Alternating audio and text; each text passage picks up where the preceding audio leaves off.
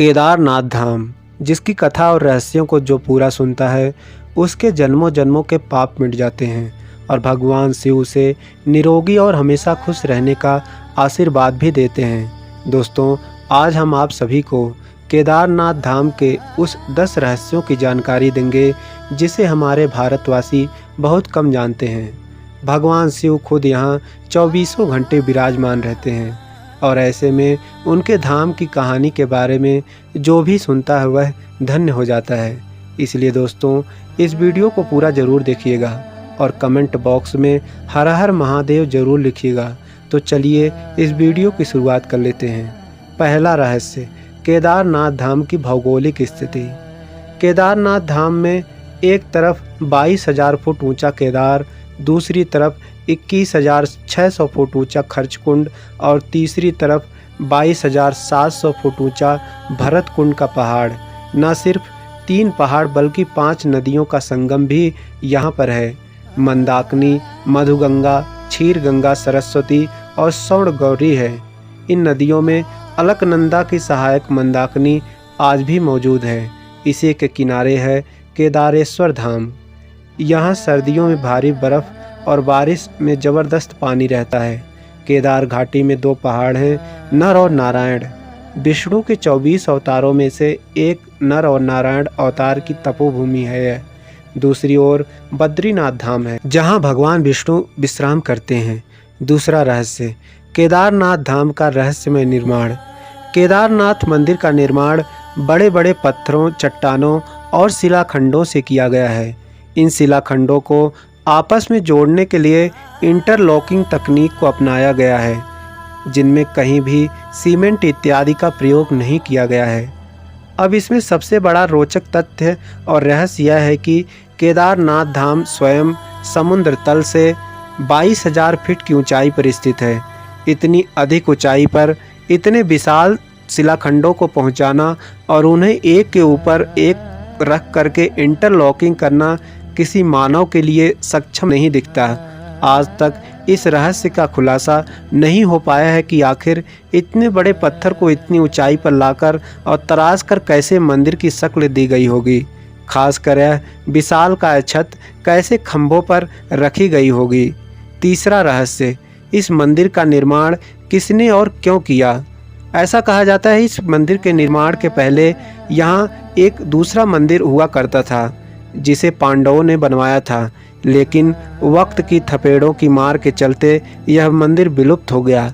इसके बाद जगत गुरु आदि शंकराचार्य जी केदारनाथ धाम आए और उन्होंने इस मंदिर का निर्माण करवाया।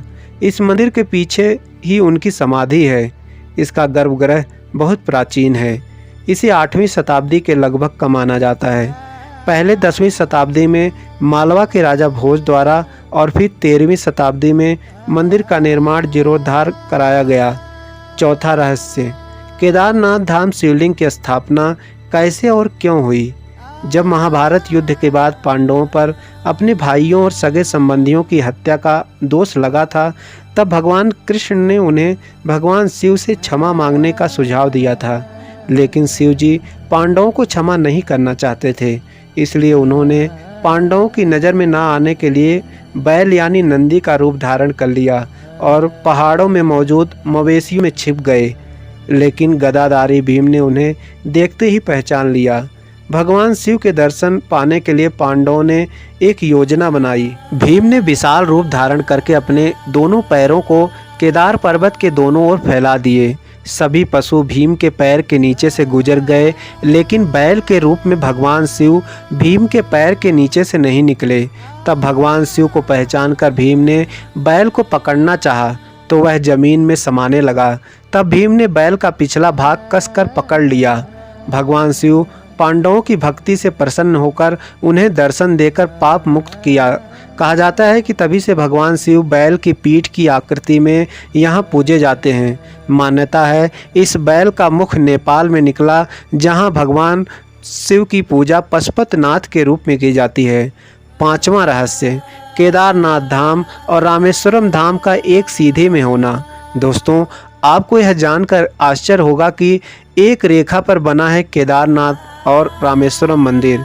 केदारनाथ मंदिर को रामेश्वरम मंदिर के सीधे में बना हुआ माना जाता है।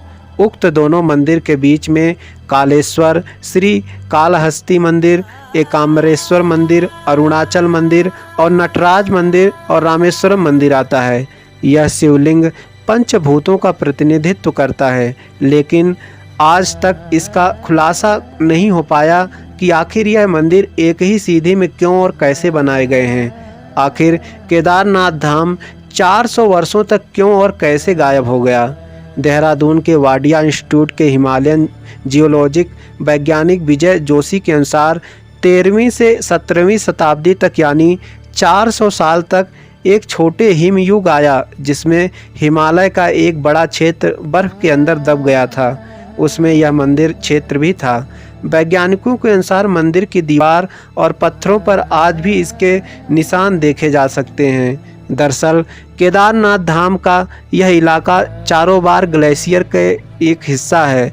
वैज्ञानिकों का मानना है इस ग्लेशियर के लगातार पिघलते रहने और चट्टानों के खिसकने से आगे भी इस तरह का जल प्रलय या प्राकृतिक आपदाएं जारी रहेंगी।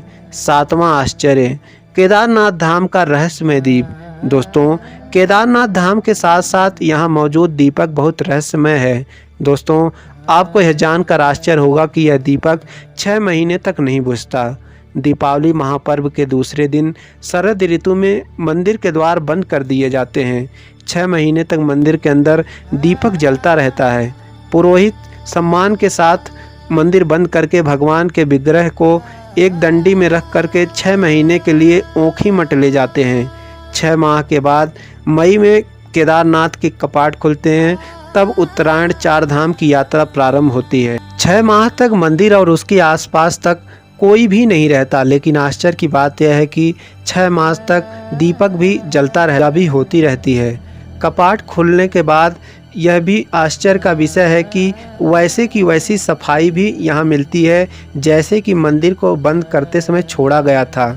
8वां रहस्य, आखिर क्यों और कैसे लुप्त हो जाएगा केदारनाथ धाम।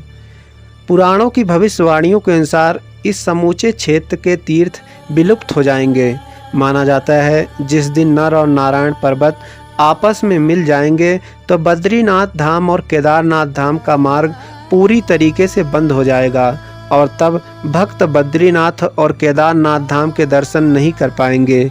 पुराणों के अनुसार वर्तमान बद्रीनाथ धाम और केदारनाथ धाम लुप्त हो जाएंगे और वर्षों बाद भविष्य में भविष्य बद्री और भविष्य केदार नाम के नए तीर्थ का उद्गम होगा। 9वां रहस्य, केदारनाथ धाम में मौजूद भीमशिला का रहस्य। वर्ष 2013 में केदारनाथ धाम में आई प्राकृतिक आपदा के बारे में कौन नहीं जानता। यह आपदा इतनी भीषण थी कि लगभग हजारों भक्तों से ज़्यादा की मृत्यु हो गई थी। वह केदारनाथ मार्ग पूरी तरह से तहस नहस हो गया था। लेकिन आश्चर्य की बात यह है कि मुख्य मंदिर को कुछ भी नुकसान नहीं पहुंचा। इसका कारण था बाढ़ के पानी में बहकर आया एक विशाल चट्टान, जिसे आज हम भीमशिला के नाम से जानते हैं। 2013 में जब बाढ़ का पानी तीव्र वेग से केदारनाथ मंदिर की तरफ बढ़ रहा था, तब उस पानी के साथ साथ एक विशालकाय चट्टान भी बहती हुई मंदिर तक आई और ठीक मंदिर के पीछे आकर रुक गई। बाढ़ का पानी उस चट्टान से टकराकर 2 भागों में बंट गया। वह मंदिर के दोनों ओर से निकल गया। इस कारण मंदिर को कुछ भी नुकसान नहीं हुआ। यह एक चमत्कार ही था जिसे संपूर्ण विश्व ने देखा था। 10वां रहस्य, केदारनाथ धाम का एक रहस्यमय साधु और भक्त की सच्ची घटना। दोस्तों, आज से कई सालों पहले एक आदमी केदारनाथ धाम में भगवान शिव के दर्शन करने आया। वह जिस वक्त आया उस वक्त केदारनाथ धाम के कपाट बंद होने वाले थे। पहले पुजारियों से भोलेनाथ के दर्शन करने की इच्छा जाहिर की, परंतु पंडितों ने उसे यह बोलकर मना कर दिया कि केदारनाथ धाम अब 6 महीने के लिए बंद कर दिया गया है। यह सुनते ही वह भक्त बहुत दुखी हो गया, परंतु उसने अपने मन में यह संकल्प कर लिया था कि जब तक वह भोलेनाथ के दर्शन नहीं कर लेगा तब तक वह यहाँ से हिलेगा तक नहीं। वह भूखे प्यासे बर्फ के ऊपर बैठा रहा। रात हुई और थोड़ी देर के बाद एक साधु उसके पास आया और उसने कुछ खाने के लिए उस भक्त को दिया और फिर उस साधु ने उसके ऊपर हाथ फेरा। ये कहते ही कि उस भक्त को नींद आ गई। वह भक्त जैसे ही उठा तो देखता है कि कुछ पंडित केदारनाथ धाम का दरवाज़ा खोल रहे हैं। यह देखते ही वह मंदिर की तरफ भागा और पंडितों को जाकर के बोला कि आपने तो बोला था कि मंदिर के कपाट 6 महीने बाद खुलेंगे, लेकिन आपने तो एक ही दिन में इसे दोबारा खोल दिया। ये बात सुनने के बाद पंडित के होश उड़ गए। उस पंडित ने उस भक्त को गौर से देखा और कहा, तुम तो वही भक्त हो ना जो 6 महीने पहले आए थे और दर्शन करना चाहते थे। उस भक्त ने बोला, हाँ मैं वही हूँ, पर आपने तो कल ही मंदिर के दरवाजे बंद किए, ये 6 महीने बाद आप क्यों बोल रहे थे? पंडित ने पूछा कि मंदिर के दरवाज़ा बंद होने के बाद तुम्हारे साथ क्या हुआ था, पहले यह बताओ।